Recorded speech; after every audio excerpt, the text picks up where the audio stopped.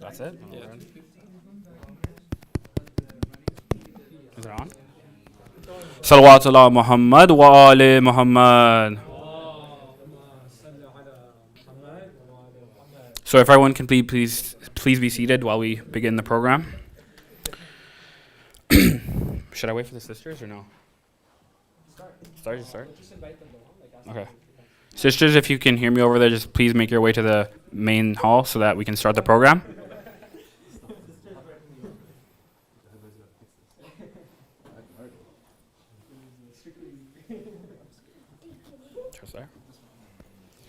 Assalamu alaikum, everyone. I'd like to welcome all of you here today to our Family Night program dedicated to helping us prepare for the blessed month of Ramadan. It's great to see so many of you here today, and we pray that this gathering brings us all closer to our faith, our families, and our community. To start, we will begin with the recitation of the Holy Quran by Brother Fazel. Please welcome him up here with a loud salawat.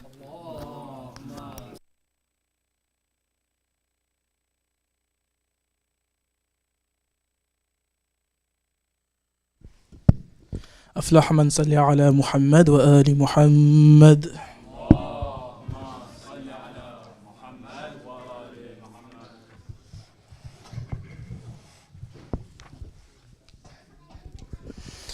أعوذ بالله من الشيطان الرجيم. بسم الله الرحمن الرحيم.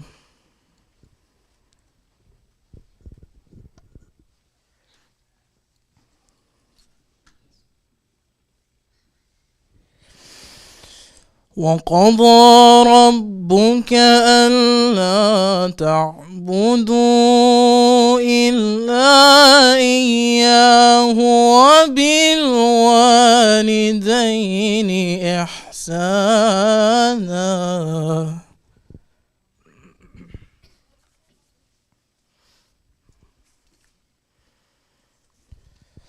إما يبلغن عندك الكبر أحدهما أو كلاهما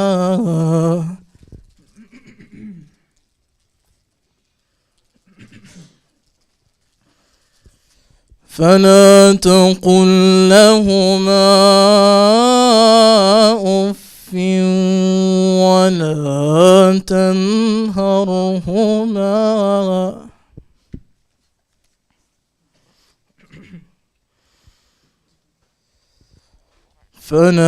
تنهرهما أف ولا تنهرهما وقل لهما قولا كريما.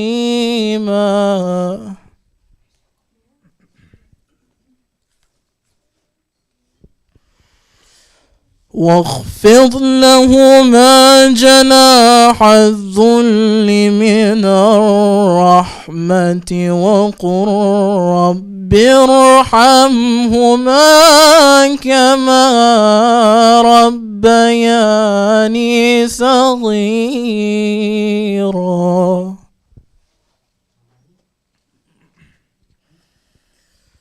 ربكم أعلم بما في نفوسكم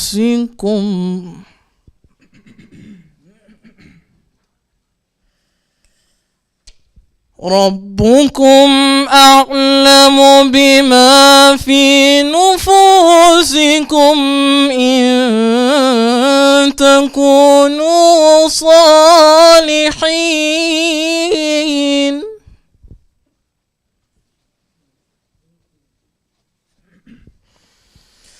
ربكم أعلم بما في نفوسكم إن تكونوا صالحين فإنه كان للأوابين غفورا.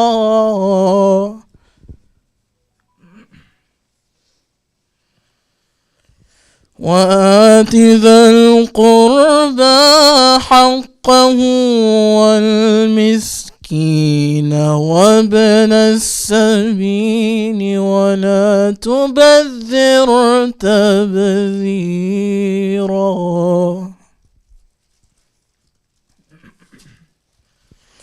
إن المبذرين كانوا إخوان الشياطين وكان الشيطان لربه كفورا صدق الله العلي العظيم صلوا على محمد وآل محمد.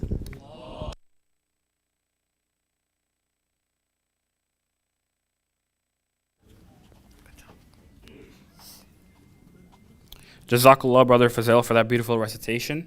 Now, before we begin, let me quickly go over tonight's agenda. To start off the night, we'll be hearing from our first speaker, Dr. Hisham Ali. This will be followed by an active activity where we encourage you all to sit with your families. After that, we will have a short talk from Sheikh Mujahid Noorani, followed by an interactive discussion activity. And then we'll conclude with some final thoughts before we close out to the evening with our potluck dinner. Now to begin, I'd like to introduce our first speaker, Dr. Hisham Ali. I'm sure many of you already know him personally, but to officially introduce him, Dr. Hisham is a hospitalist who conducts research in sport medicine and serves as a clinical lecturer at the University of Toronto's Medical School. He's an active community member here at Al-Mahdi, formerly serving on the Al-Mahdi Youth Society and continuing to support Mahdi Youth and Al-Mahdi in many capacities. Please welcome him up here with a loud salawat. Allahumma salli ala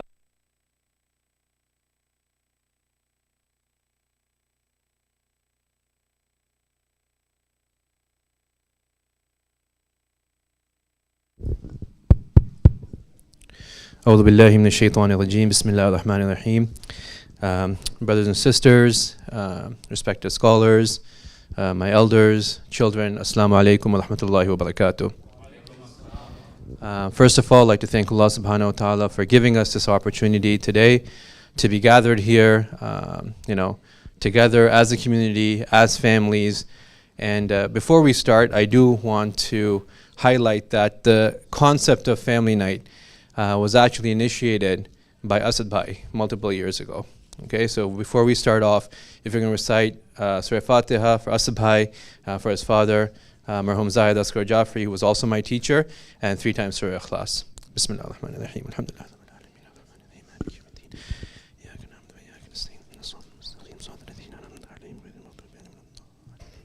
Bismillah ar-Rahman ar-Rahim. Bismillah ar-Rahman ar-Rahim. Salawat ala Muhammad wa ali Muhammad.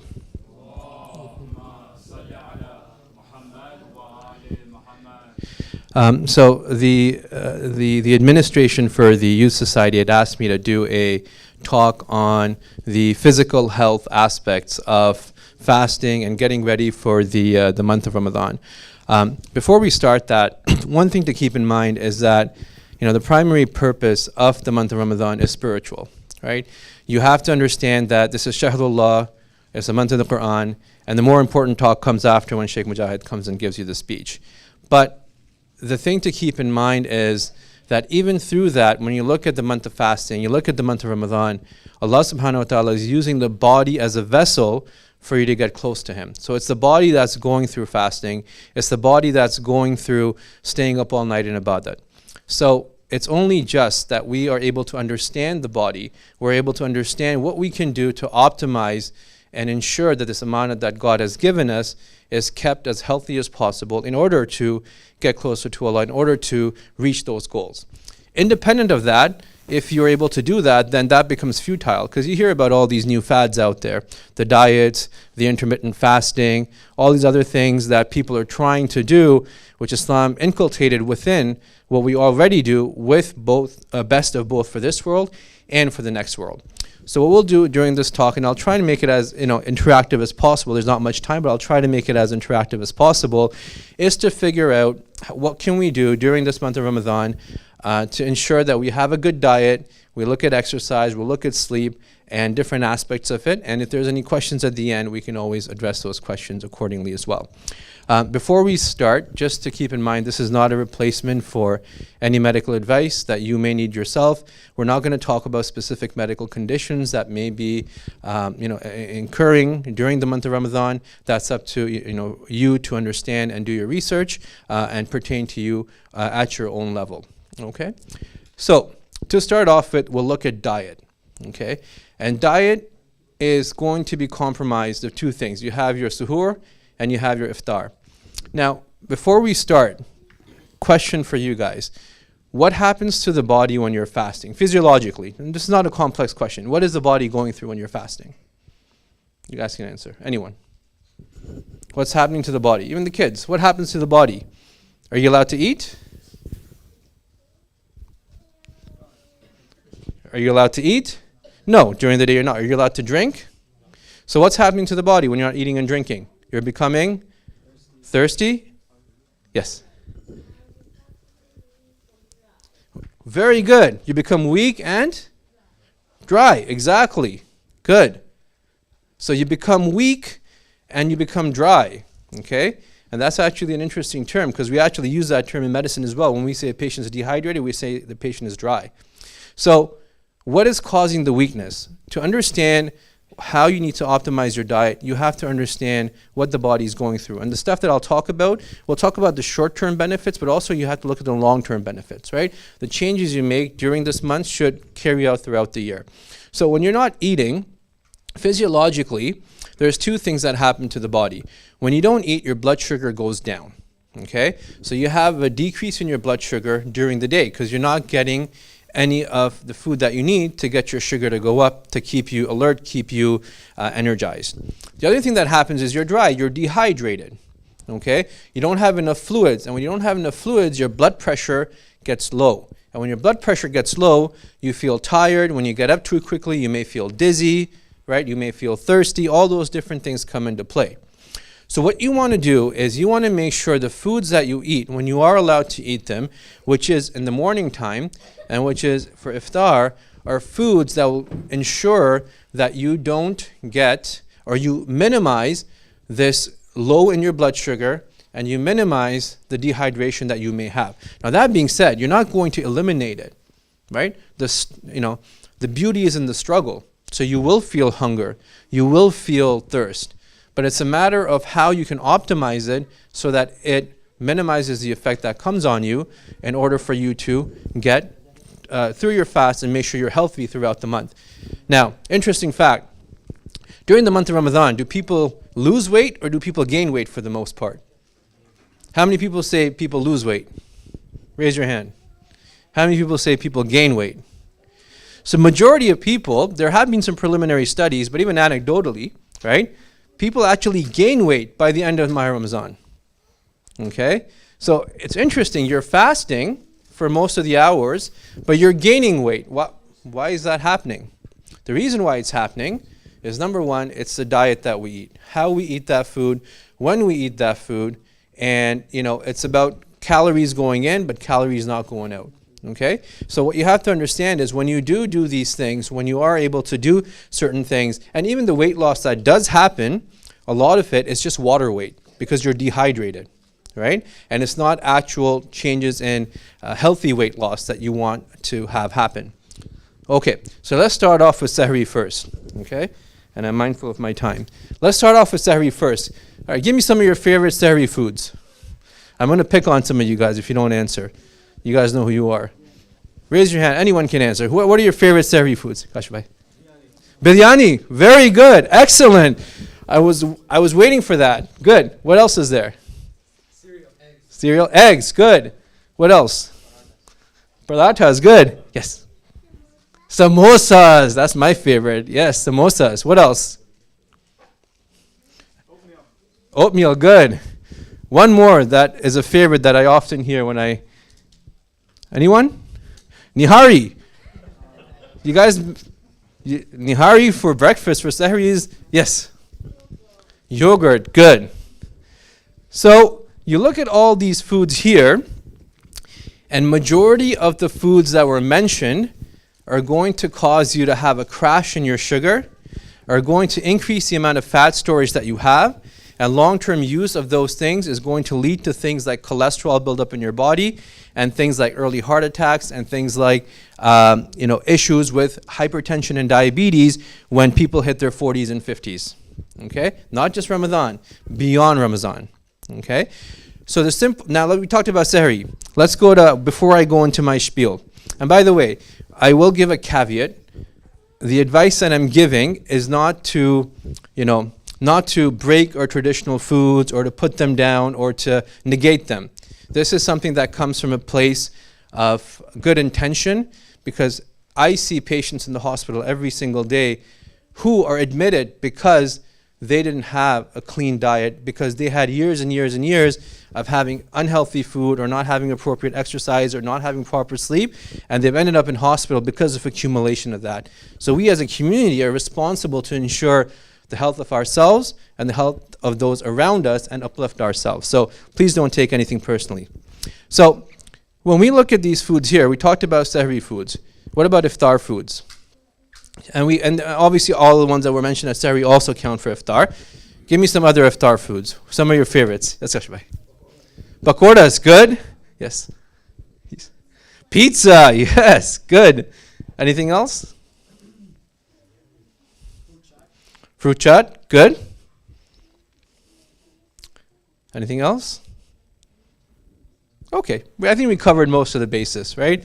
Those seem to be the general kind of foods. Rice, like we have a lot of rice with our food. You'll have roti or you'll have naan, all these different things, okay?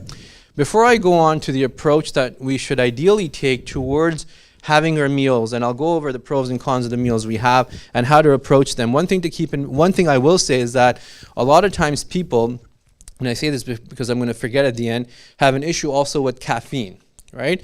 When you go start Ramadan, a lot of us, including myself, we need caffeine in the morning to get our day going. So one of the issues that happens is you get withdrawal. You start fasting, and you don't want to drink during Sahri, or you may drink during Sahri, but then because you're not getting it at the usual time, a lot of times people get withdrawal symptoms.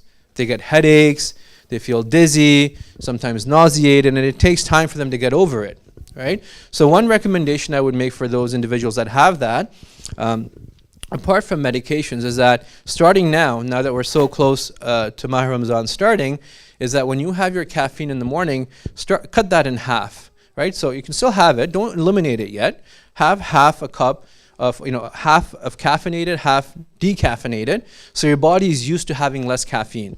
If you can, it's a short runway, but if you can, by the end of it, try and even lower that even more. So 3/4 decaffeinated, 1/4 caffeinated, and completely eliminated, so that your body is used to that transition. So it's not like it's not like you're going from 100 to 0 miles an hour right away. It's a gradual stop and go. You're slowing that car down slowly, okay? So that you don't hit that wall, literally, that lack of caffeine wall by the time you start fasting.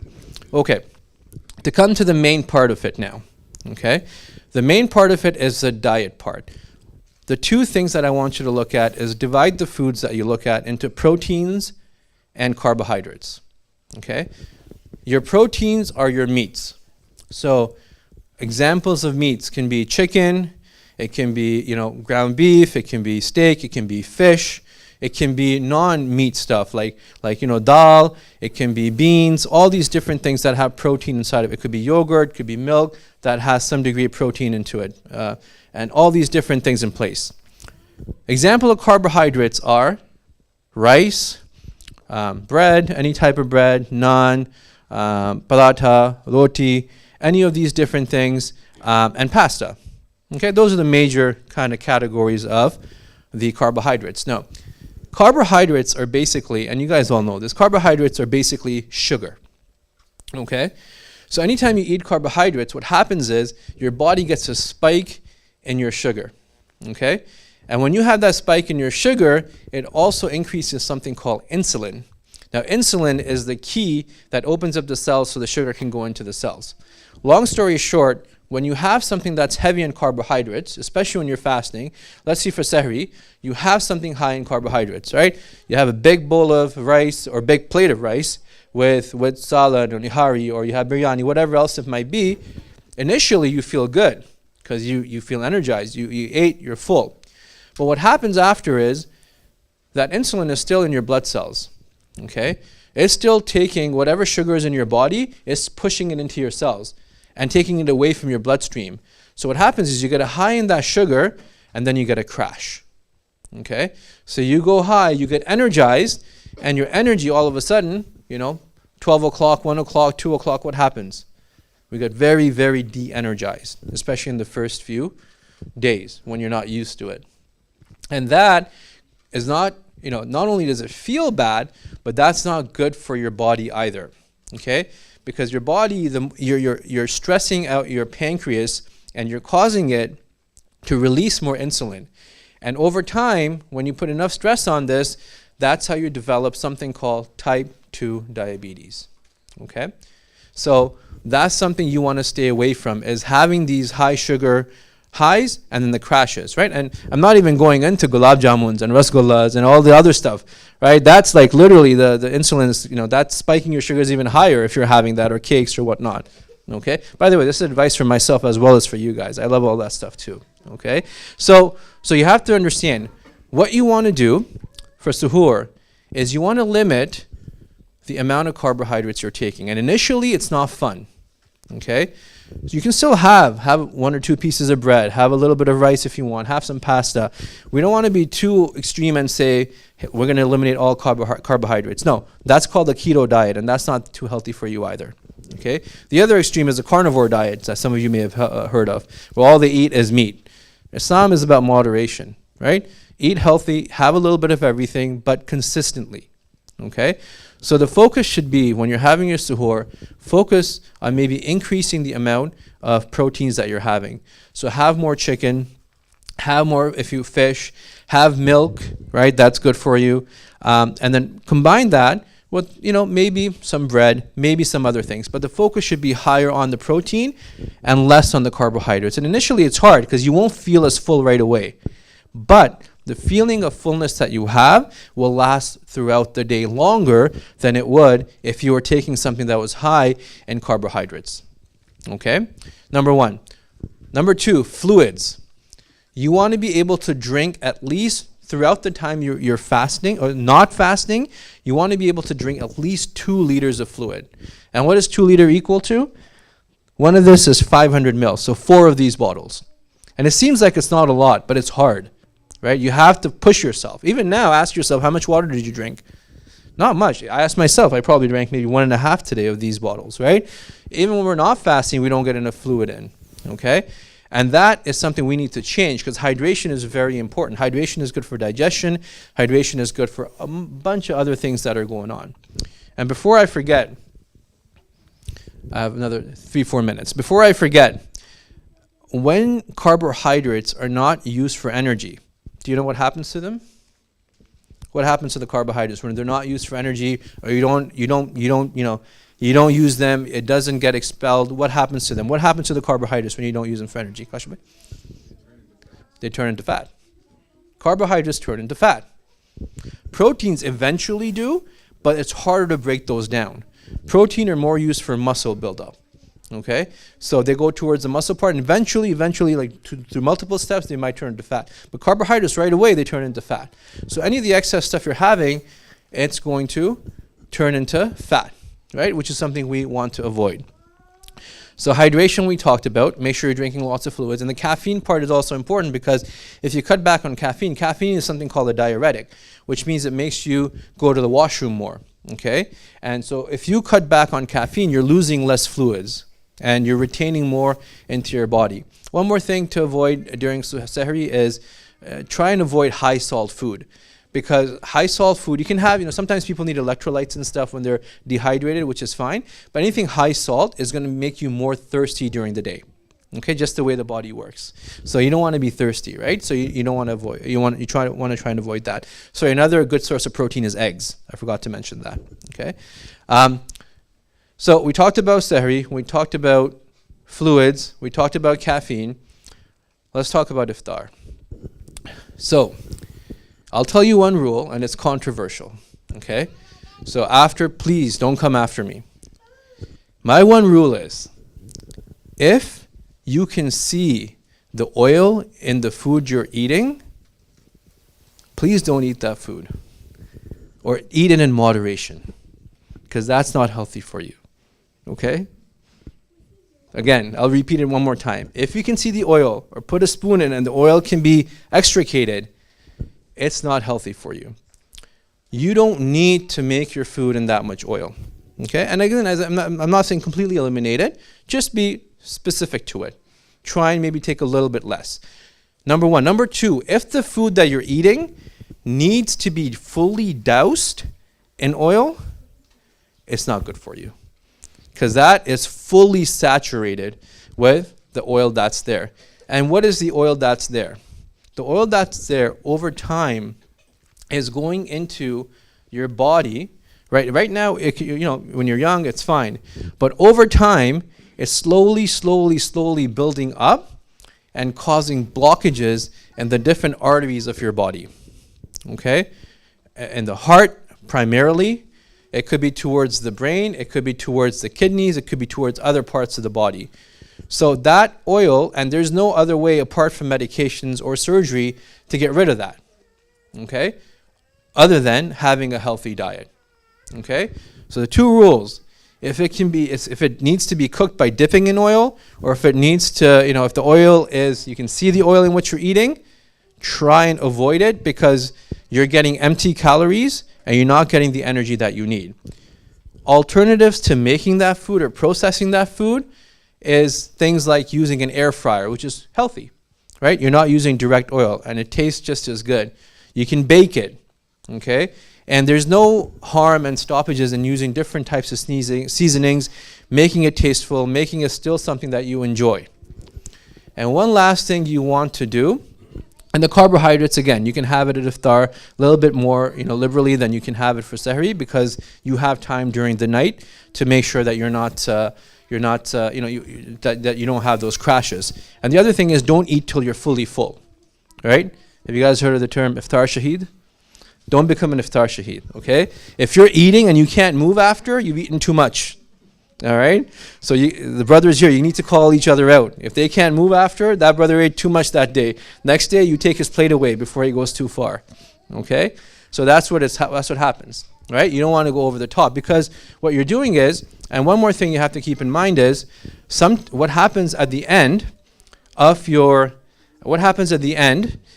fast is, has anybody ever felt that at the end of the fast they get a little bit more energy? Sometimes? Maybe? So if you're eating the right foods during the day, by the end of your fast, you may even get a boost of energy. Okay? And you don't feel like eating as much. When you go for your iftar, you take a huge plate, you're like, I can only finish half of this, right? The reason why is because your body goes through something called gluconeogenesis, in which the body, by the end of the fast, it starts to break down fats and release sugars from those fats. So it makes you feel kind of full. So when you're fasting and you want to eat after, you can't eat as much, because the body is organically breaking down those fats and allowing you to eat less. So listen to your body, okay? And try and see if you can eat in moderation. Other thing you want to include, especially at iftar time, is lots of greens. Because your body's GI tract is going through a sudden change, right? It's used to having 3 meals a day, snacks, water. A sudden change, you want to make sure that the bowels are moving cleanly and your GI tract is able to have smooth movements. And the best way to do that is to increase fiber. Okay? And the best way to increase fiber is have lots of vegetables, right? Whatever you like, salad, greens, etc., etc. And fruits, if you want to get them in, that's good too. But more so for the GI tract, is you want to increase the amount of vegetables that you are introducing to your system. Okay? And let me see if there was anything else that I wanted to mention. Yes, please. When microwave was invented, they said if you heat the food in plastic, it will cause cancer. So I have a question about the air fryer. I've heard, is air fryer causing cancer too in some regions? So good question. So in terms of the plastics, studies have been done right now where they're looking into something called microplastics. So they do autopsies on patients that have passed away from old age, and they isolate almost a teaspoon worth of plastic from the brain because of things like microplastics, right? Like everything has some sort of plastic in it. So as far as I know, ceramic, metal, these other things, the studies right now, maybe in the future they may, it hasn't been shown to cause those issues. But air fryer, isn't that dangerous? Generally speaking, it's less dangerous than having it fried in oil.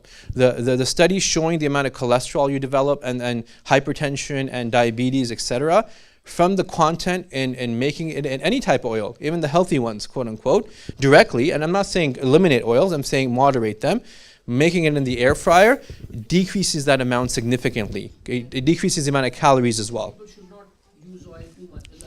Don't make it old, just throw it away. Yeah, old oil as well, yeah, exactly. Okay, no problem. And one last thing about exercise. Sorry, Mohsin, go ahead. Yeah. See a lot being used now, these protein drinks. Yes. I don't know, there's some chocolate things and all these. So is that a good idea for cereal? So my recommendation would be, unless someone is actively working out and bodybuilding, I personally would not go towards protein shakes, right? If you're not able to have regular intake through oral food, I would say yes. Many reasons. One of the reasons is fiber intake. Having just fluid going in your digestive tract versus having food that you actually have to chew, that actually has, when you chew stuff, you have multiple chemicals released, different enzymes released, etc., that helps with digestion, is not released when you have a protein drink because it's just fluid. But it's not nothing wrong with it, but I would, it's just, best of the two, I would say have just, instead of having the amount of protein, it has 50 grams of proteins, have 50, grams of chicken that you air fried that has the same amount of protein in it. Takes a while and that many protein. Yeah, exactly. Yeah, to get that amount, it will take some time. Even fluid, right? It's going to take you time, right, to get that in. But if you want to supplement it, let's say you had some of that, but you're like, I didn't get enough protein, and you have a certain goal. Certainly, I would say supplement it, but I would not replace it. That's what I would do. The amount of caffeine at iftar time, is there something where it's too much? Like you see people drinking 3 cups, 4 cups. It's all individual dependent, to be honest. Some people have tolerances to caffeine. So caffeine in itself is not, there's no direct harm or correlation to harm, right? Caffeine is all about, is your body able to handle it, right? Are you able to go get a good night's sleep if you are planning on sleeping, right? We're not talking about the nights of ibadah. We're just talking about regular sleep. Are you able to sleep? Because you need that for digestion, you need that for your daytime. And number 3, caffeine does cause other issues as well. It can, it causes hypermotility of the GI tract. It causes increased heart rate. It causes a bunch of other things that if your body can handle, then you should not be doing it. But for most people, if they're, it's not like when you have the other foods that cause direct harm. It's individual dependent. So yeah, if that's one thing that you need to do in order to eat healthier somewhere else, then yeah, you can go and have as many cups of chai at the back there. No issues. And one last thing about exercise, and we'll finish off. So a lot of people say, what about exercise during Mahr Ramazan? You can do anything as simple as going for a walk every day, right? Even Islamically, it's recommended after iftar, the 80 steps. Something simple as just walking on a regular basis. It doesn't have to be long. It could be 5 minutes. It could be 10 minutes. Whatever else it might be has health benefits. If you want to go to the nth degree, and do things like work out right before iftar or exercise hard right before iftar, that's fine if your body can handle it. Some people can handle it, some people can't. But doing something simple and doing it consistently is more important than doing something high intensity but doing it infrequently, right? So if you want to have a simple routine and say, okay, I'm going to do, it doesn't matter what time of the day, whatever time of the day you feel well while you're fasting, after iftar, before sahri, whatever else it might be, I want to do 10 push-ups and 10 sit-ups, but I'm going to do it every day. Something as simple as that. As long as it's consistent, it's good. And even doing something as little as that has huge effects on your body.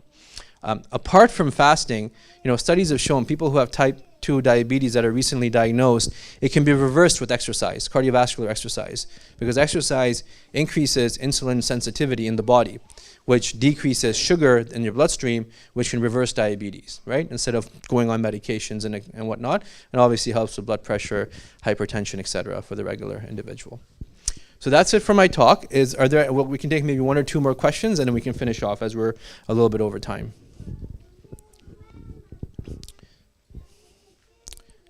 Any questions? Nope. Okay. If you guys ever bring me food, though, I do not restrict you from bringing me nihari or biryani. I promise you I'll eat in moderation, okay? Thank you so much. Salawat ala Muhammad wa ali Muhammad.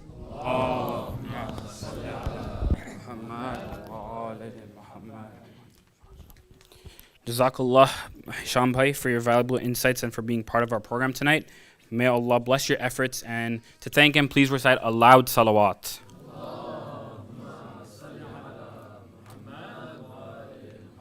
Now, next up, we're going to have our active activity, and for that, I'm going to need everyone to stand up and find a space somewhere in the hall to sit with your families. If you feel like you don't have a big enough family or anything like that, just sit with someone you're comfortable with, any friends, and give us 5 minutes just to prep. But with that, just please stand up and be prepared for the activity. Salawat ala Muhammad wa ali Muhammad.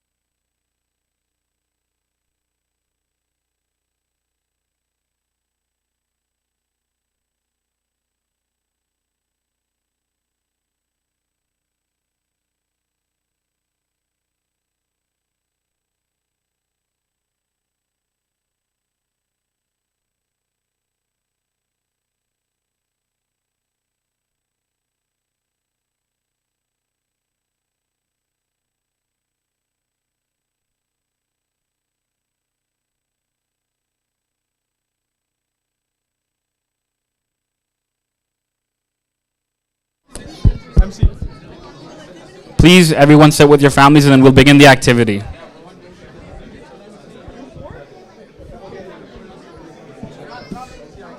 General video, and then I'll go around with the camera taking the visual.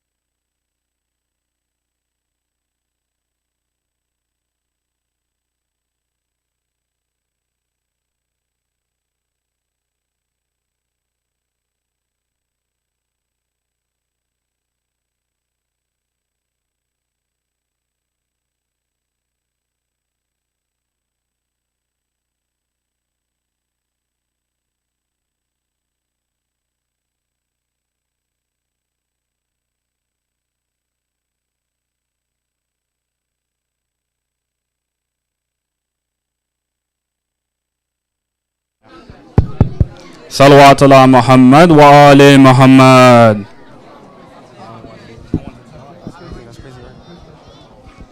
Okay, so today's activity is basically a Ramzan inspired Pictionary game that we're going to play.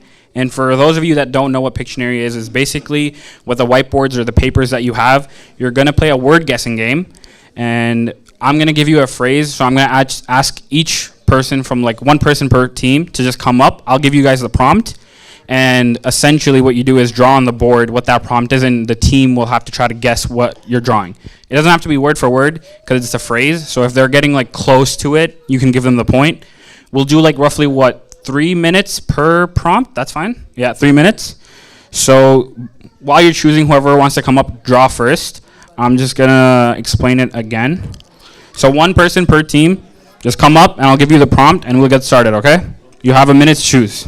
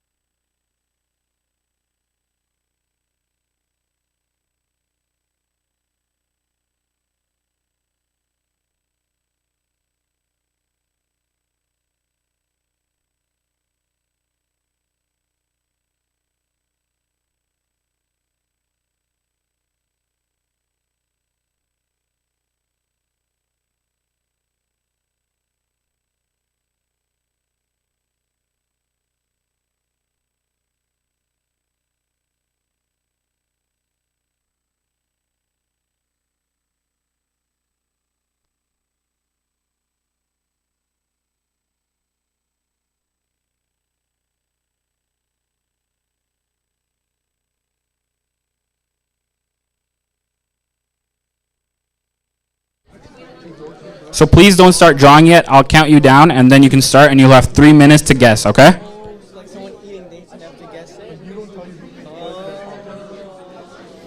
Okay, is everyone ready? Sorry, I didn't hear everyone. Is everyone ready? Okay, you're good to go now.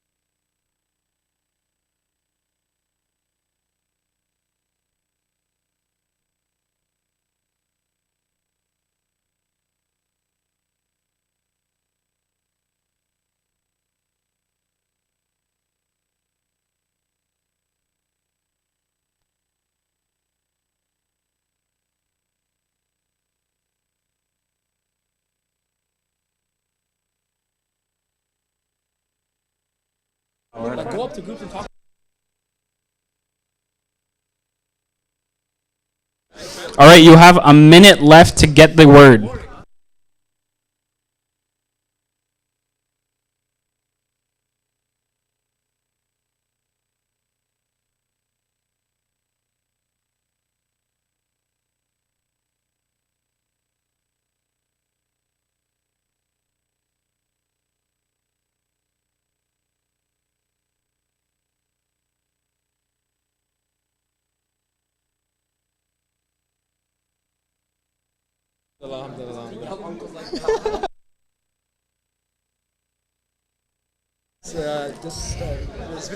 All right, and that's time.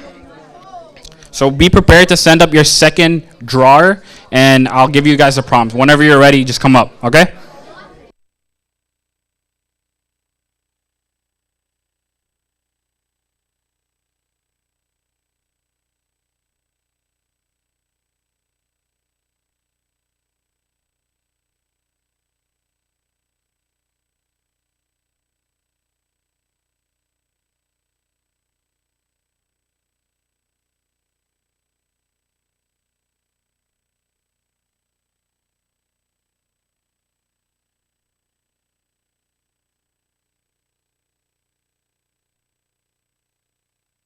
All right, and once again, I'll count you down so that you can start drawing, okay? You're good to go in 3, 2, 1. You can draw.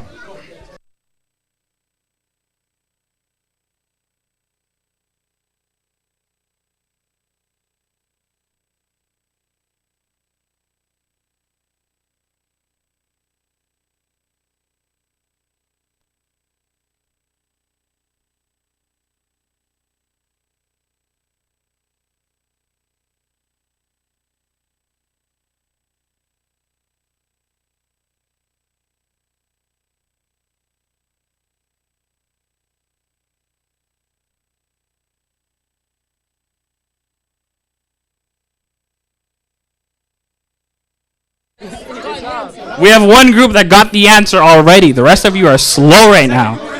The second group, now you're lacking. You're lacking. The third group, oh, we're done. Big up the aunties.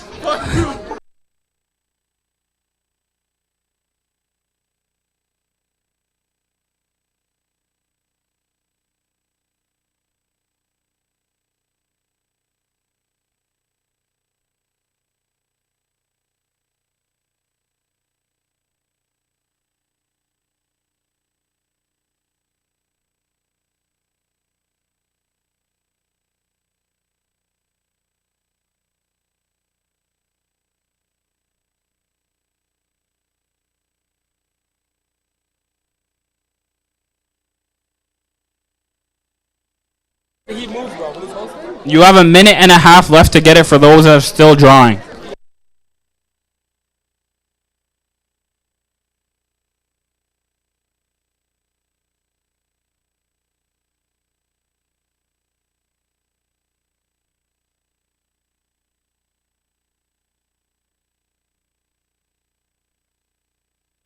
All right, I think everyone's done with this prompt. Let me know if anyone's still drawing. All right, sounds good. Let me know when you're ready to come up. I'm waiting for the next drawers, and I'll give you guys your prompt.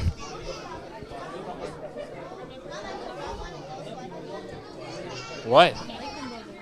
Let's wait here. Hold up. Give a harder one. Should I just give like less time too? Yeah.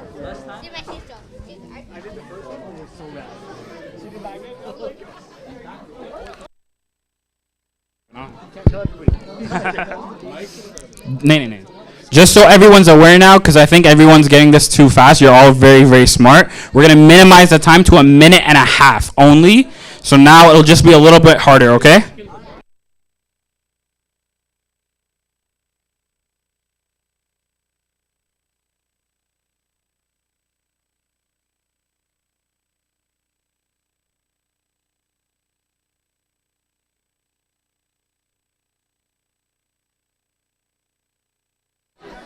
I might disqualify you guys if you're starting before I said start. Don't start now.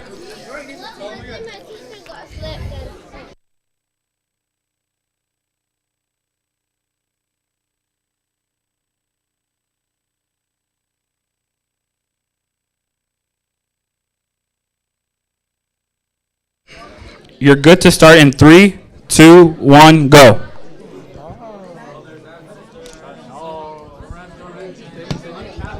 Nah, they're taking a picture of me though. No, but he's taking.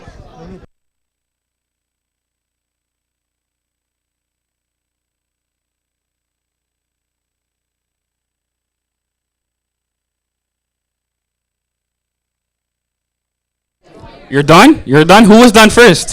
Who was done first, though? Nah, you're too late. You're always yelling. There's no need. They're already done. They're already done. You're slow right now. You need to hurry it up. Come on. Who was drawing? Who was drawing? Done?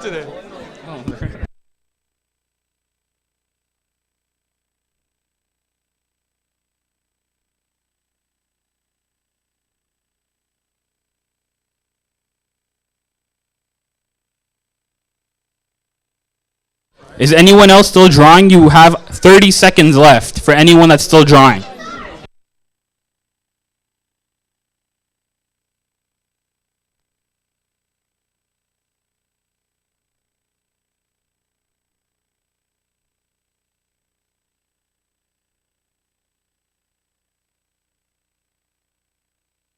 All right, you have 10 seconds left. That's 10 seconds left. I was giving a countdown. Second word.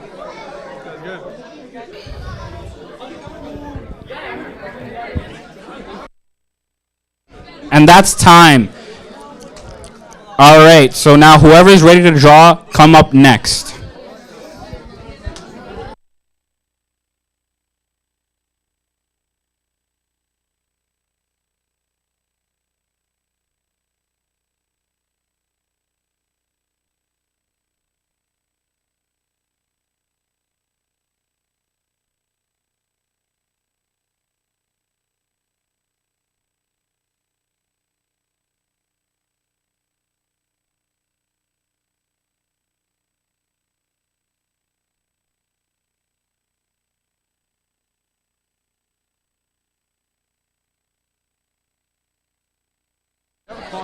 All right, you can start in 3, 2, 1, go.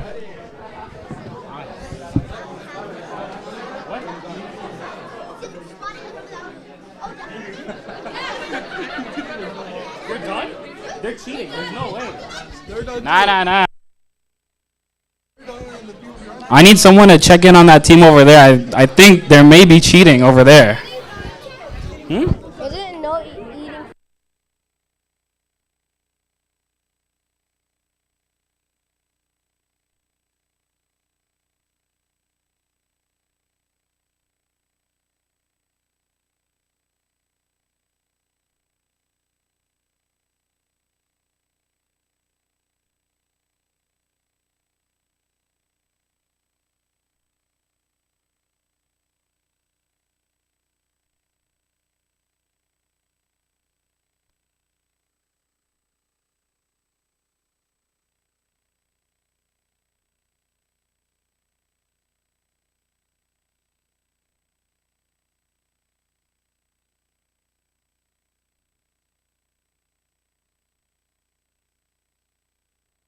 You have a minute and a half left for anyone that's still going.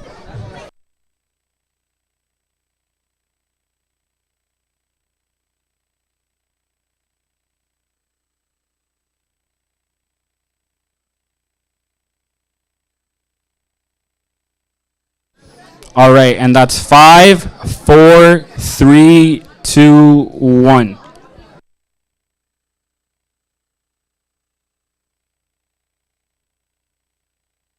Okay, well, now we're gonna give some of the harder prompts. So if you have an sort of older person that would understand the harder prompts, please specifically come up, and then we'll give you those ones.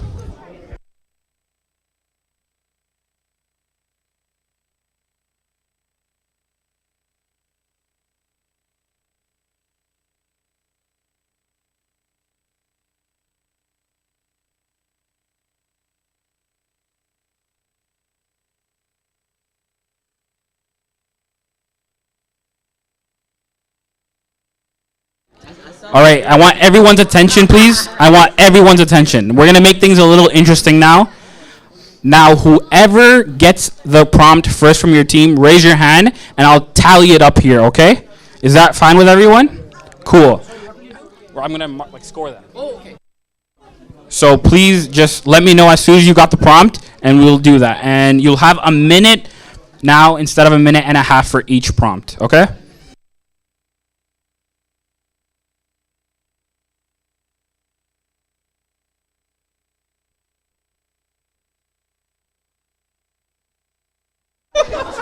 A minute. You're not allowed to draw yet. If I see anyone draw, you're disqualified from the round immediately, okay? All right. And you're good to go in 3, 2, 1, go.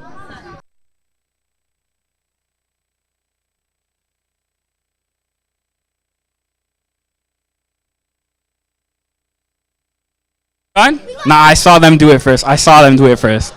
It's what? Third, okay. First, second, third. I'm not telling you. Bro, you guys are cheating. You're not. You're lying. Actually cheating. Nah. You got it? Okay. Wait. Five. It's too late. Usher, you're letting down the Mehdi youth, man. You're too late. Not 3. I think like half the room.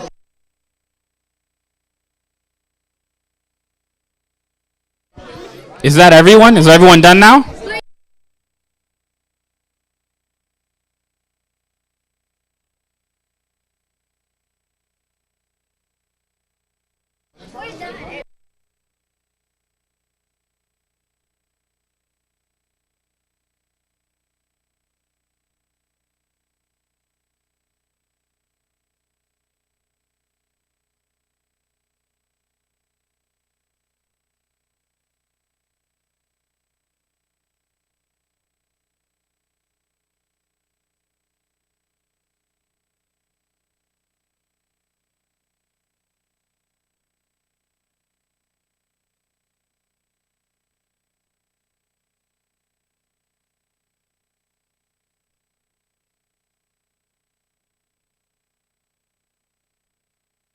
All right, and that's time. So now whoever can draw, come up next, and we'll take your names down for tallying.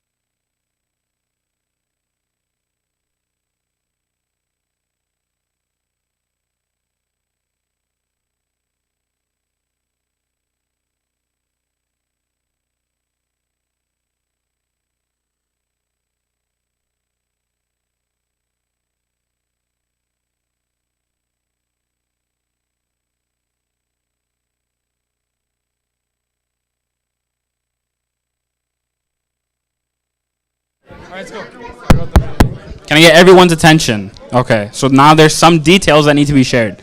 Up till now, this was just a practice round so everyone can get in the hang of it. And now there are the qualifiers for a first place prize. We will be announcing the top 3 teams for the next 3 rounds, and then first place will get some sort of a prize.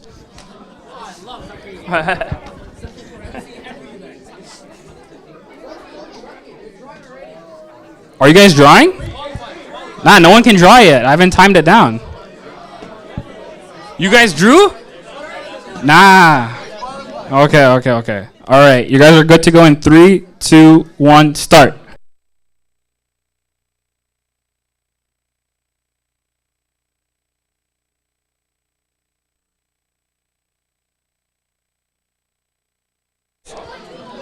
Nah, they got it first. Nah, it had to be them. Okay, one, Uh, 2, 3. What do I write? But I have to. They were first and behind you guys. They were first. Yeah. You guys were first. Okay. What was your team name?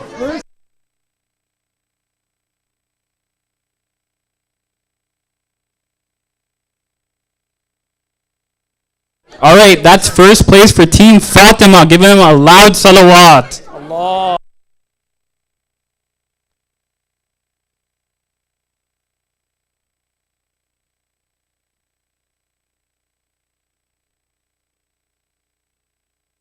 You're not first. Just go back. No, go back. You're not first. No.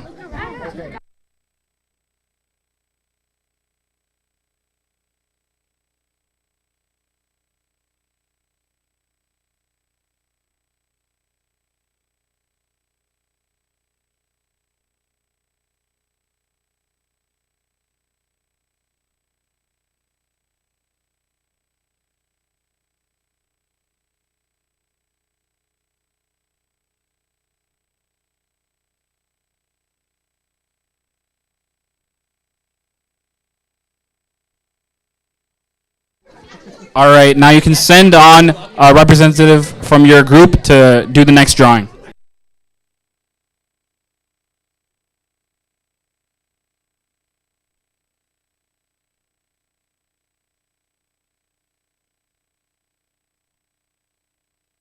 It's 2 more rounds.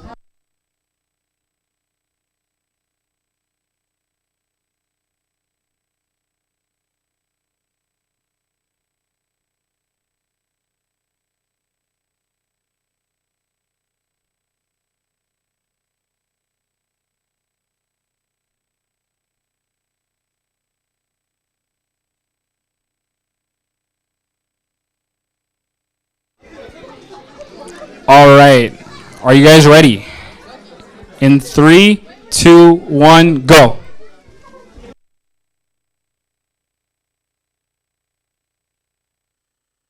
They got it. They got it at the back. First place. This was second. That was third. That was third. No, it was them. Okay, first, second, third. Yeah. Wow. First, second, third. Wow. You're already late. It's done. This side of the hall is carrying the game right now.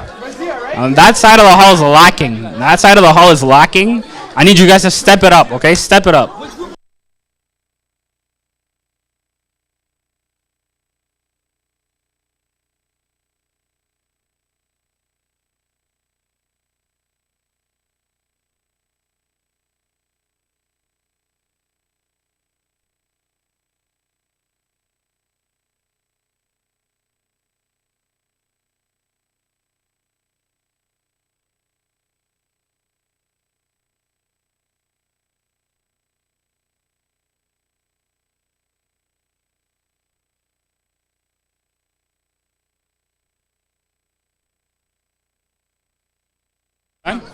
All right, now we have the last round coming up. Can everyone's representatives please come up here?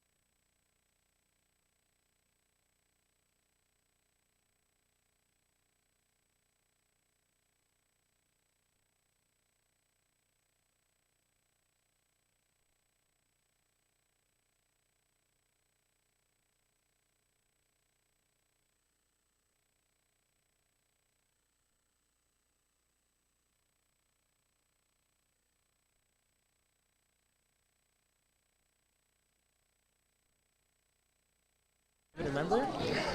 She got it right. All right.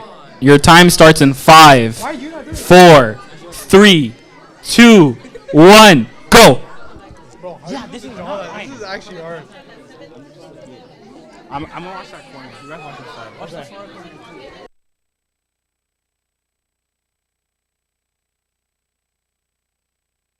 First place right there. Second was there. Second. I don't know. Nah. First here. Second. First, second. Okay. I swear Ibrahim's hand first. Is that it? Okay. Oh no, it was them. Okay. Nah. They were second. They were third over there.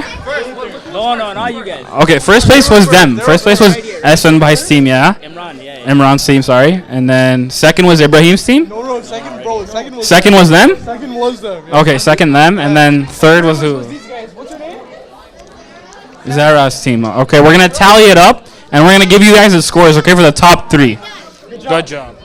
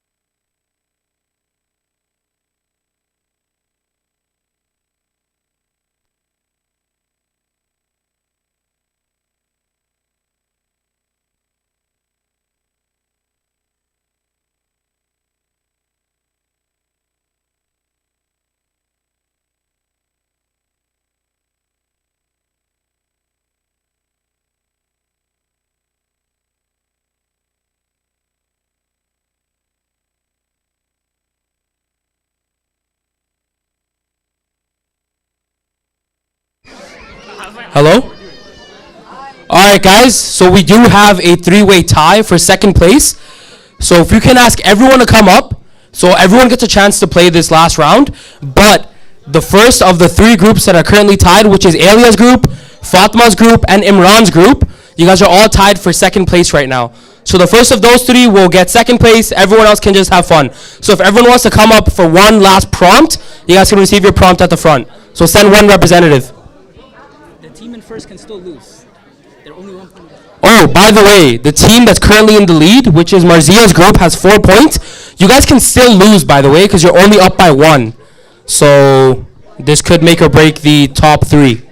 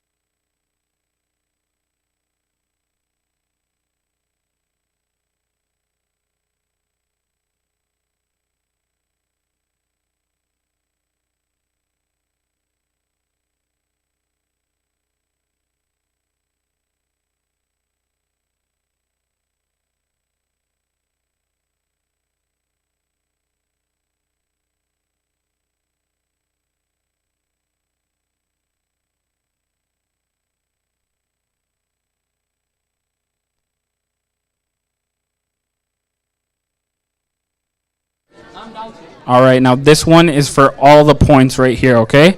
You're ready to go in 3, 3, 2, 1, draw.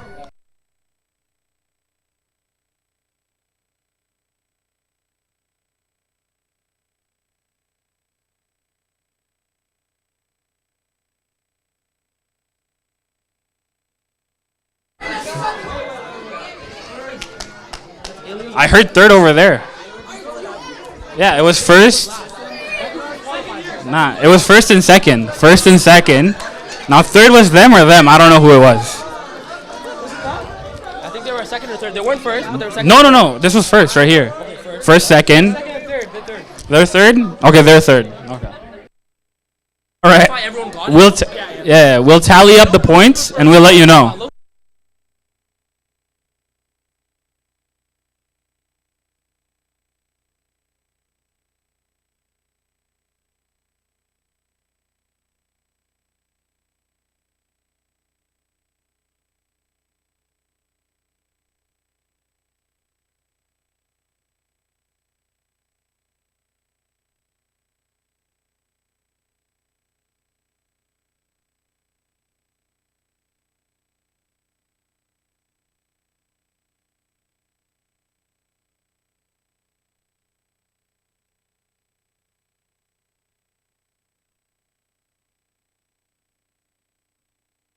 All right, guys. So because everyone is doing so amazing, we have first place locked in, second place locked in. Now those two teams do not lose their position no matter what. But we have a five-way tie for third place. So I guess there's one more round where just those teams get to participate for third place. But keep in mind, first and second place is locked in. You do not lose your rank. Well, are we revealing that now? Okay, well, first place so far is Zaki's group, okay, which is this group right here. Second place is Marzia's group, which I believe is that group in the back. And now for third place, it is open to Zahra's group, Alia's group, Fatima's group, Ghazi's group, and Imran's group. So just, if your name was mentioned, please come up for one final round. Everyone else, please stay seated. This is only between 5 teams. Elia, please sit down. No, you guys were way too late. Okay, so we have, what's your name? Zahra. I thought you were Zahra. You two Zahras? Who are you? I'm the Zara. I'm in Imran's group. Oh, you're in okay, cool. Okay. And you are with Fatima. Fatima's group, and you're with which group? He's with me. He's with you. Okay, we have 4. I need one more. Are you the 5th? Are you the 5th? Okay. I'm on the 10th.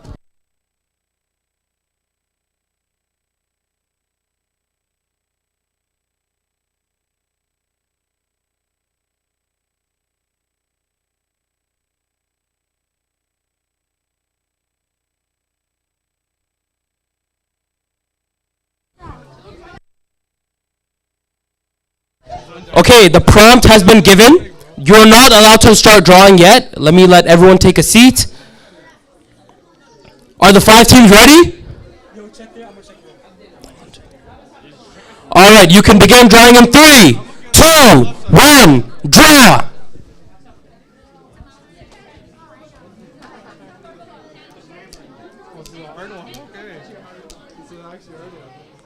Almost there. Verify.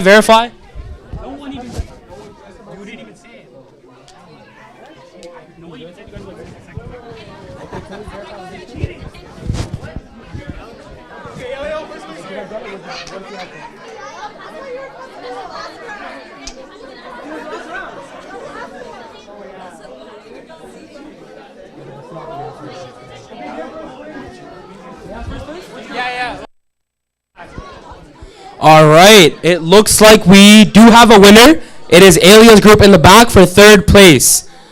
And the prompt was? What was The prompt was Maulana Asad Jafri's Amal in the tent. That's what it was, okay?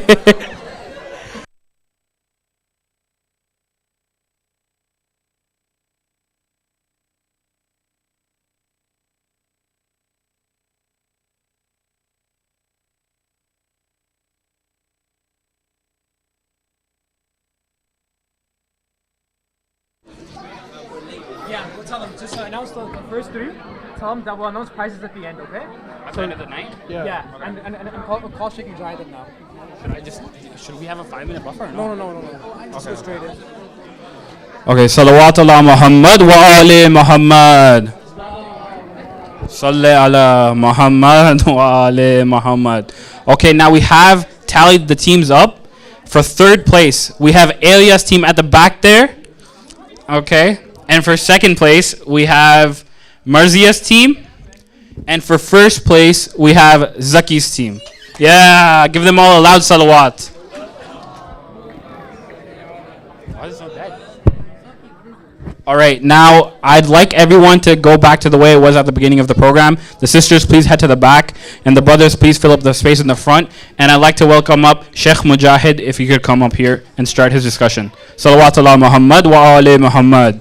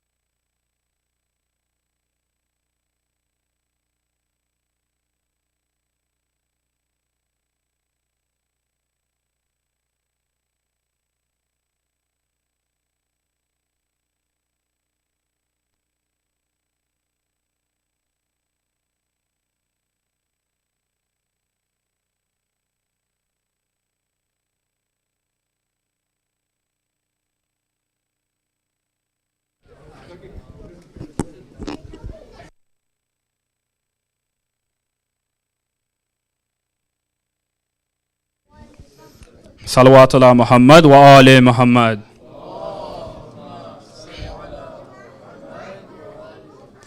Next up, we have the honor of hearing from Sheikh Mujahid Noorani, who will share his insights with us tonight.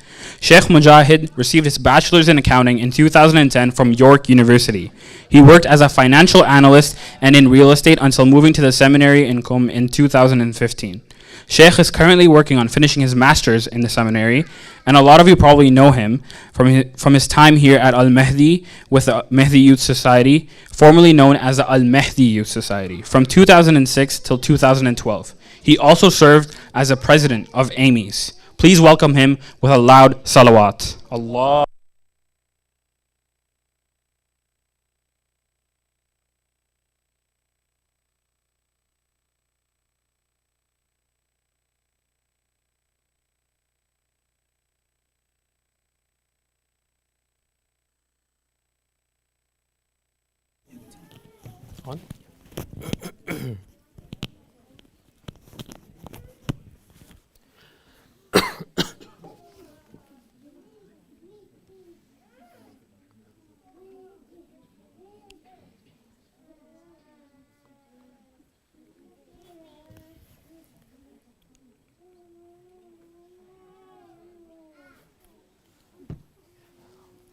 أعوذ بالله من الشيطان الرجيم بسم الله الرحمن الرحيم الحمد لله رب العالمين وصلى الله على محمد وعلى أهل بيته الطيبين الطاهرين اللهم صل على محمد وآل محمد وقال الله الحكيم بسم الله الرحمن الرحيم ولا تكونوا كالذين نسوا الله فأنساهم أنفسهم أولئك هم الفاسقون. Assalamu alaikum wa rahmatullahi wa barakatuh. So before we get into the actual discussion, I just wanted to say a few things. Firstly, of course, we're in the month of Sha'ban. It's almost ending now. And it's, of course, with all the wiladats that have gone by, namely the wiladat of Imam Hussein, starting from the wiladat of Imam Hussein till the very recent wiladat, which was the wiladat of the Imam of our time. I would like to wish everyone who is here, the greater GTA community, the Muslim Ummah, congratulations, Eid Mubarak on all these wiladats, inshallah. The second thing that I want to basically acknowledge and admit that, of course, I've been away from the community for a long time. It's been 10 years, if not more. And it just feels very ajib, or in a good way, to come back and then now address the community in this capacity, being up here. You know, it's not something that I was expecting. I am a bit hesitant. I don't know what to talk about. Of course, I don't know where the community stands. A lot has changed. A lot have, people have changed. So it's very difficult to now come up with something that's relative and that's relevant to what's going on in everyone's lives and in what's going on in the overall community. So just take that into consideration. You have Muhammad Abbas to thank for to thank.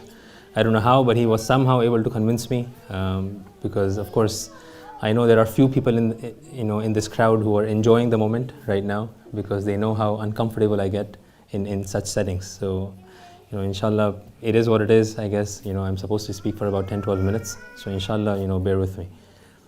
Thirdly, which I think is more important, I think over the past year and a half or 2 years, a lot of events have of course unfolded, and a lot of events have happened in both at the global scale and at the local GTA community level.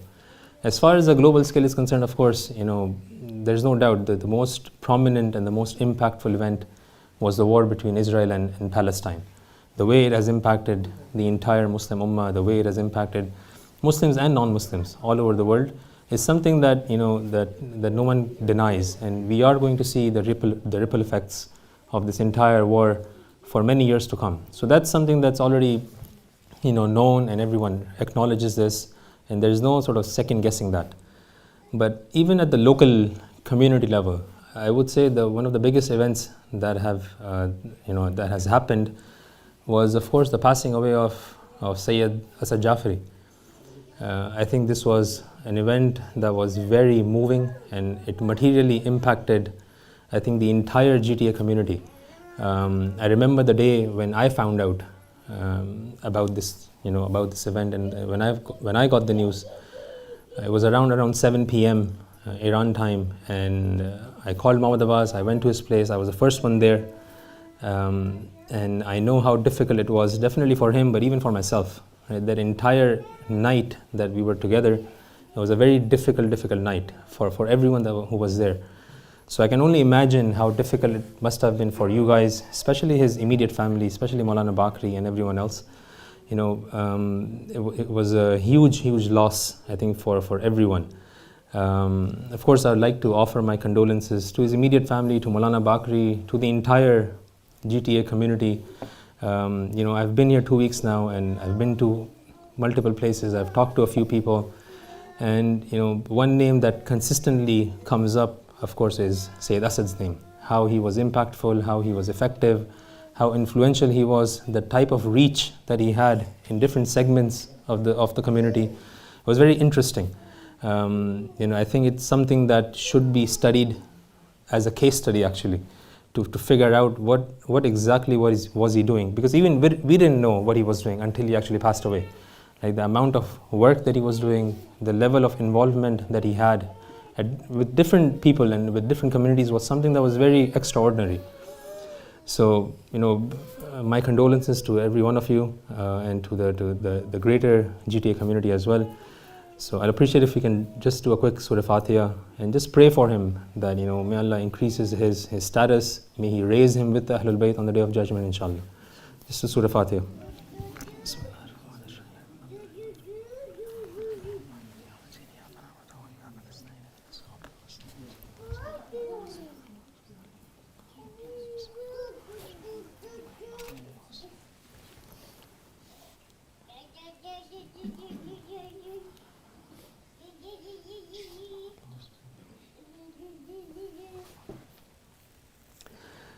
Again, before getting into the actual discussion, there was one other point, and I was personally, double-minded whether I should talk about it or whether I should highlight this or not.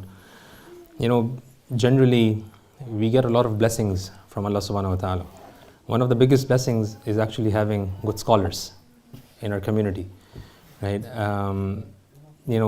There's a time when a certain scholar reaches a certain age where the community is generally mentally prepared that eventually Allah is going to take this scholar away from us, and we know, okay, that time has to come for everyone.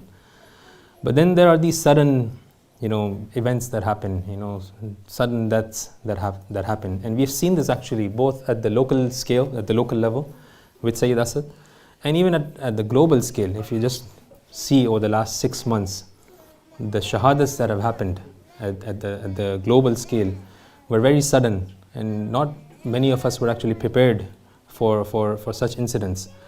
Of course, when it's time for someone to go, it's time for them to go, right? There's nothing we can do about it. But it doesn't mean that, it's not a point. It should be a point of contemplation for us.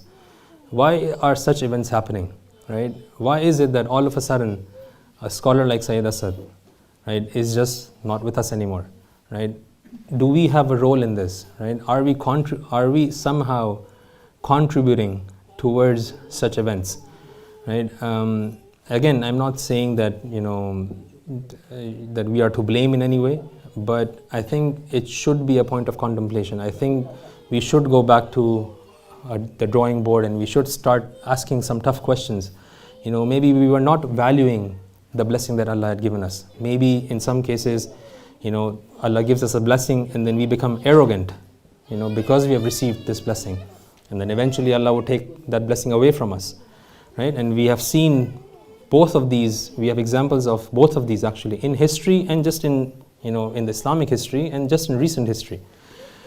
So, just a small point, I think, it's worth contemplating on these things and on such events, okay, why these events happen, because I think there's a lot to learn. And, it's because an event like this, like I said, right, it has materially impacted the entire community. Anyways, Sallu ala Muhammad wa ali Muhammad.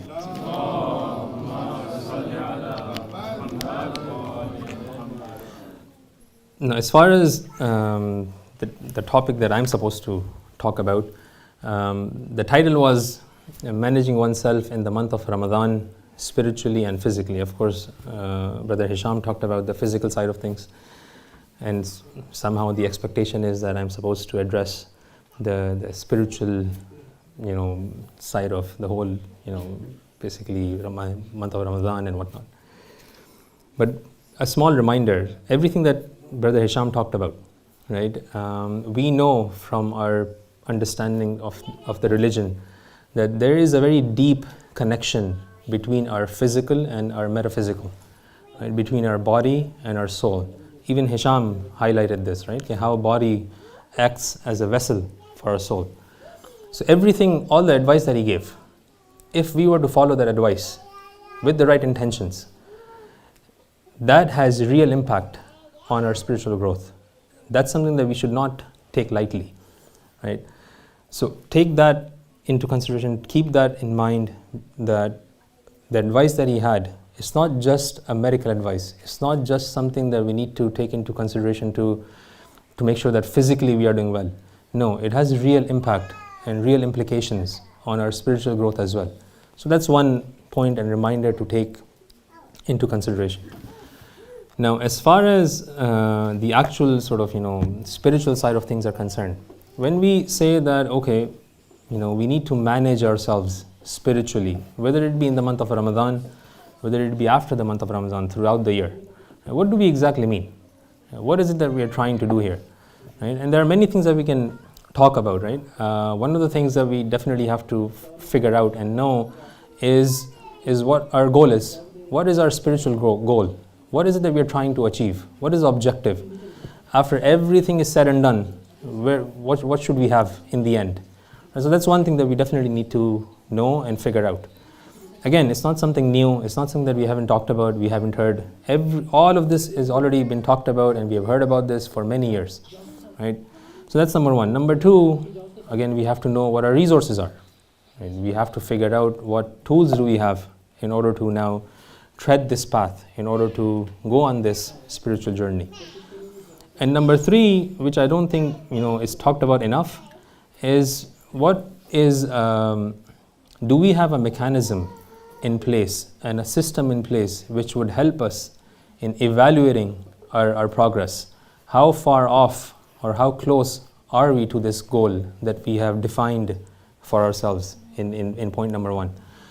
And just for the next few minutes, I'm just highlighting or just going to talk about this point number three. I'll just briefly go over point number one. Point number two, we can talk about it at some other time, and then I'll briefly just go over point number three as well. As far as point one is concerned, what is our goal? What is our objective? What is it that we are trying to achieve, whether it be in the month of Ramadan or whether it be throughout the year, basically. Right? And there are many ways of sort of saying it. Again, we have heard about it. It's not anything new. You ask someone, what is your goal in life, spiritual goal in life, right? One answer is that we want to be servants of Allah, right? We have heard about this. We have different verses in the Quran that talk about this. Another answer is that we want to be someone with taqwa. Again, it's not about right or wrong. It's just talking about the same thing in different ways. Another answer is I want to do my tarbiyah.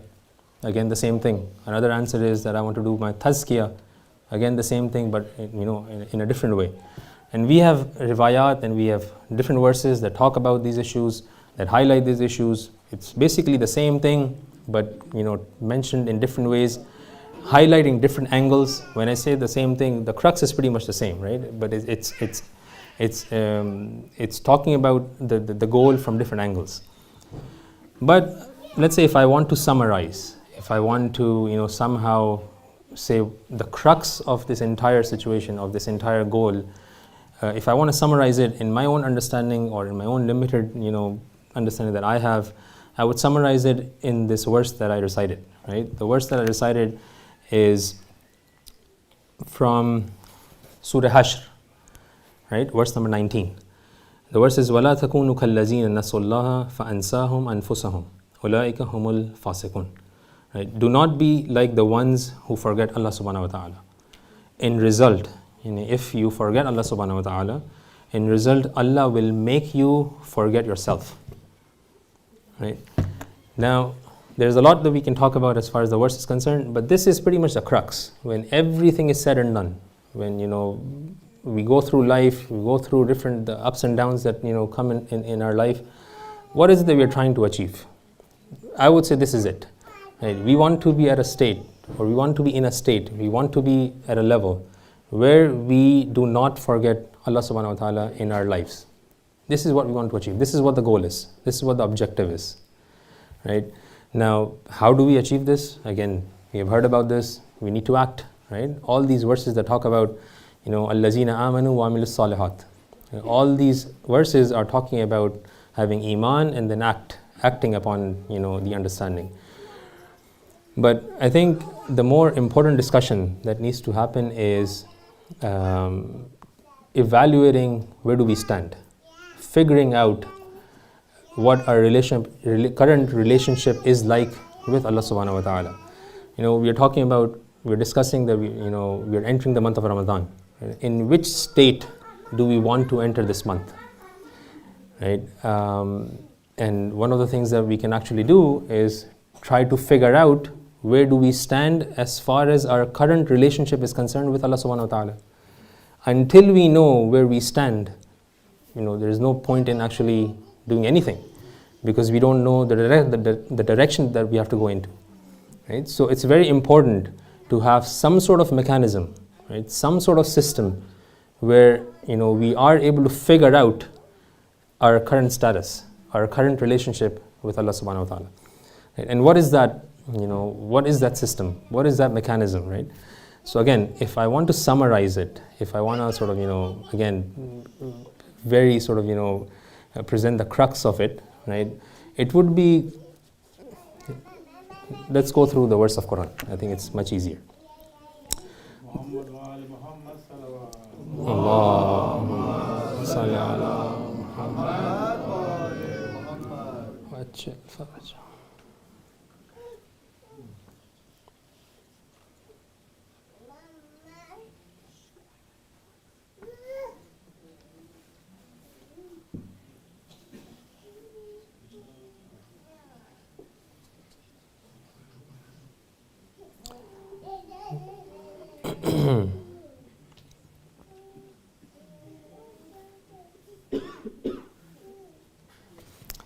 صلوا على محمد وعلى محمد.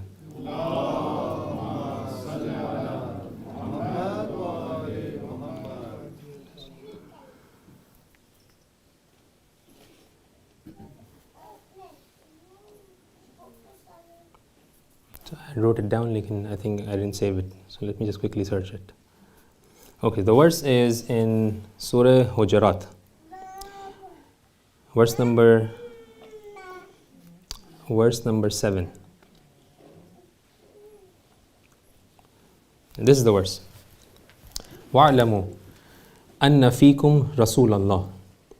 لو يطيعكم في كثير من الأمر لعنتم ولكن الله حبب إليكم الإيمان وزينه في قلوبكم وكره إليكم الكفر والفسوق والعصيان أولئك هم الراشدون. What is this verse talking about? There's a lot that again we can talk about as far as the verse is concerned, but I want to focus on one specific part. And the verse says, I'll quickly translate it. وَاعْلَمُوا, know that أَنَّ فِيكُمْ رَسُولَ اللَّهِ, there is a prophet of Allah amongst you. Right?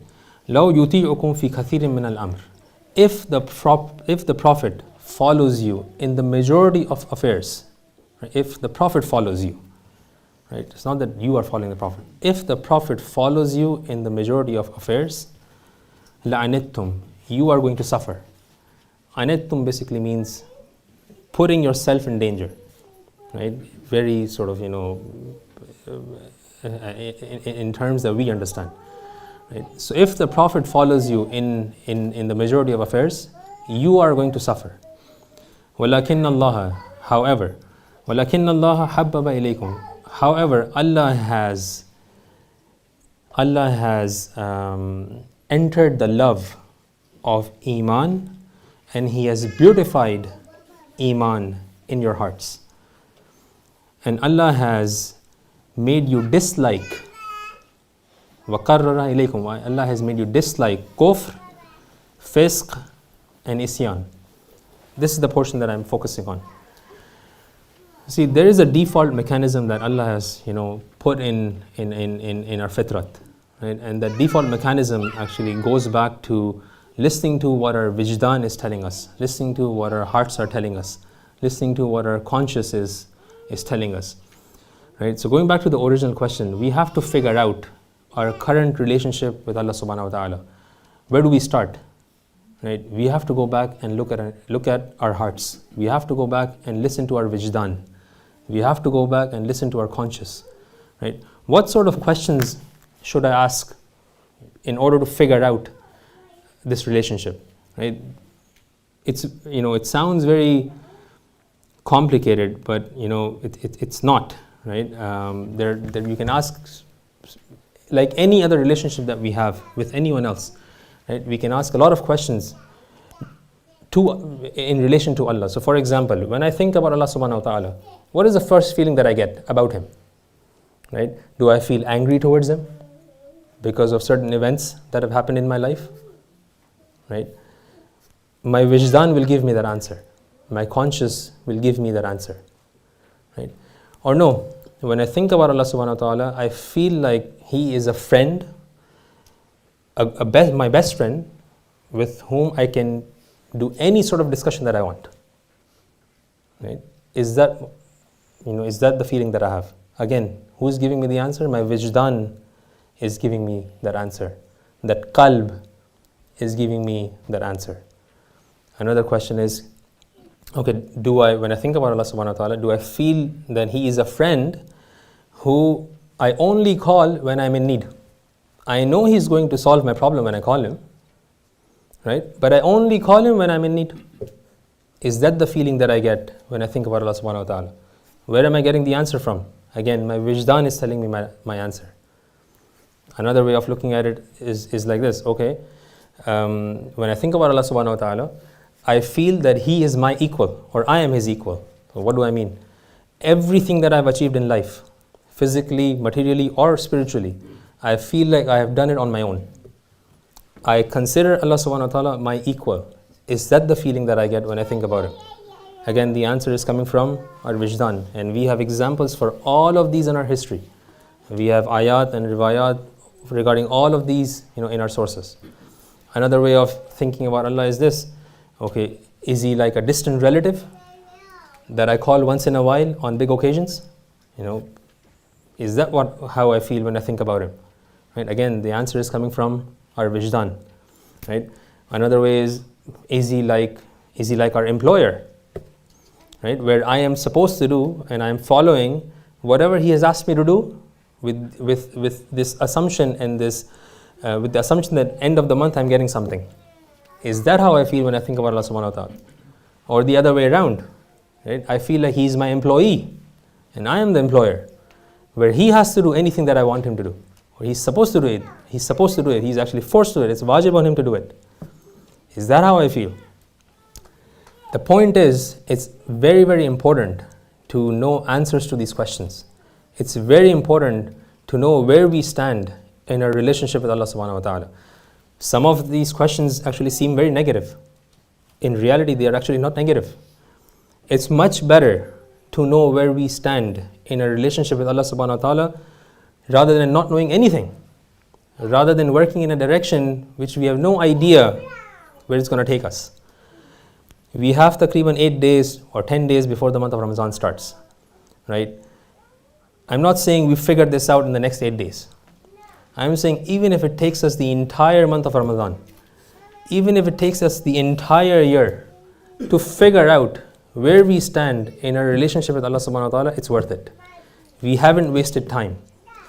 Right now, the problem is, it's very easy to theoretically say that I want to become, a servant of Allah subhanahu wa ta'ala. I want to become someone who has taqwa. Theoretically, it's very easy to say this, right?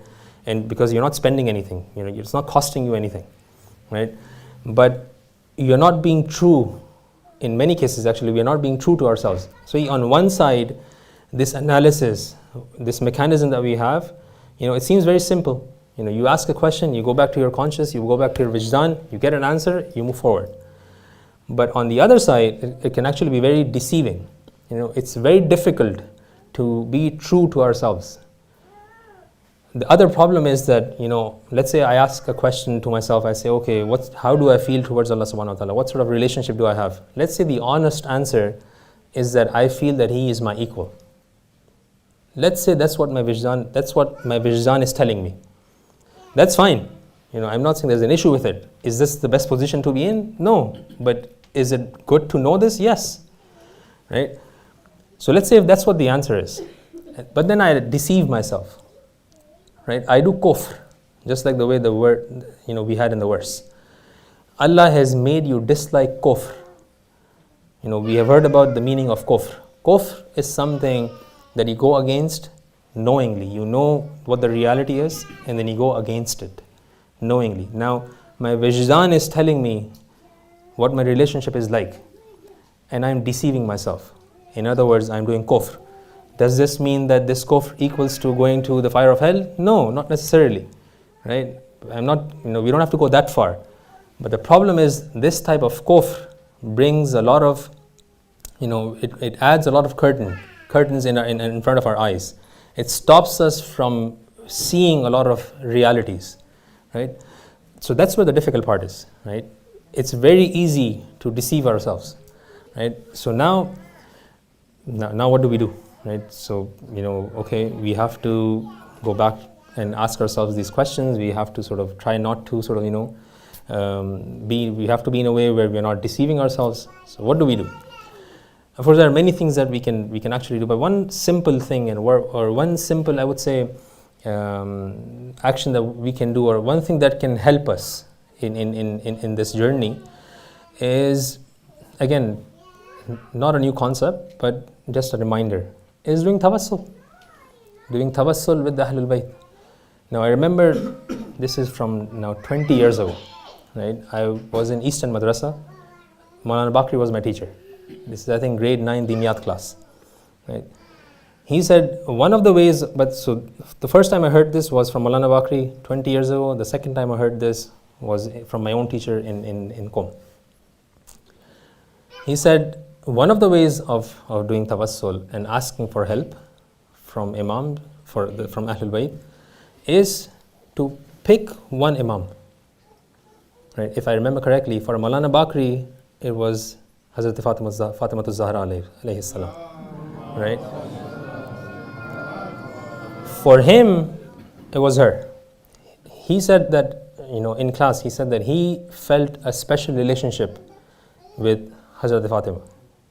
Right? And he was able to connect with Hazrat Fatima. It doesn't mean you're disrespecting other Imams. It doesn't mean that. Right? To start this journey, right? To make sure that we are not deceiving ourselves, we need help. right? The easiest way to get help is from the awliya of Allah, from the Ahlul Bayt, right? Again, go back to your wijdan. Ask yourself, which imam do I connect to easily? From all of them. It doesn't necessarily have to be one of the 14 Masumeen. It can be anyone from the Ahlul Bayt. It can be Hazrat Abbas, it can be Hazrat Bibi Sukaina, it can be Hazrat Zainab, it can be anyone. Anyone from the Ahlul Bayt that you connect to. Pick them, right? Pick them, work with them, right? Talk to them. Build a relationship. See, you already have a relationship with them, right? Your wijdan is telling you that who do you have to talk to. Start there, right? And then, inshallah, slowly build from there, right? Again, there's a lot to talk about. I think I'm already above my time. But, again, just to quickly summarize, the next 8 days, 10 days, or the entire month of Ramadan, the Shab Hai Qadr, these nights, are for praying and are for ibadat and whatnot. But again, I would say one of the biggest, ibadats that we can do is, at least at this stage, figure out where we stand. Right? Again, this same discussion of figuring out where we stand can happen at an individual level, at our own personal levels. But the more complicated discussion is to actually talk about these, to talk about this at a community level. Where do we stand as a community? As a community, how is my relationship with Allah subhanahu wa ta'ala? Again, we have to ask these tough questions. Maybe we will not like the answers, but that's okay. Knowing where we stand, like I said, is much more important than not knowing anything, right?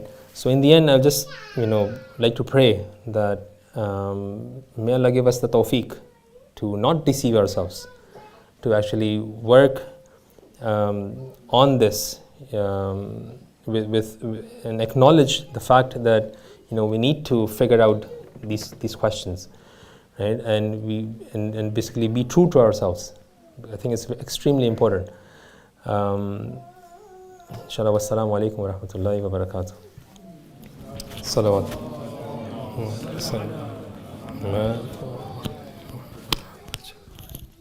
So now, as we come to an end to our Family Night program, I want to take a moment here to just thank each and every one of you for being here tonight. Thank you to our wonderful speakers for sharing their knowledge and wisdom, to our organizers and volunteers for making this event possible, and to all of you for your participation and support. We pray that gatherings like these help strengthen our faith, bring our community closer together, and prepare us for the blessed month of Ramadan. Before we conclude, please stay and enjoy our potluck dinner tonight. Brothers, you'll be remaining here as always, and sisters, I'm pretty sure your dinner will be served in the sisters' hall. Please stay tuned via social media to see any announcements about our upcoming Ramadan programs. Thank you all once again for attending. Let's end the night off with a loud salawat.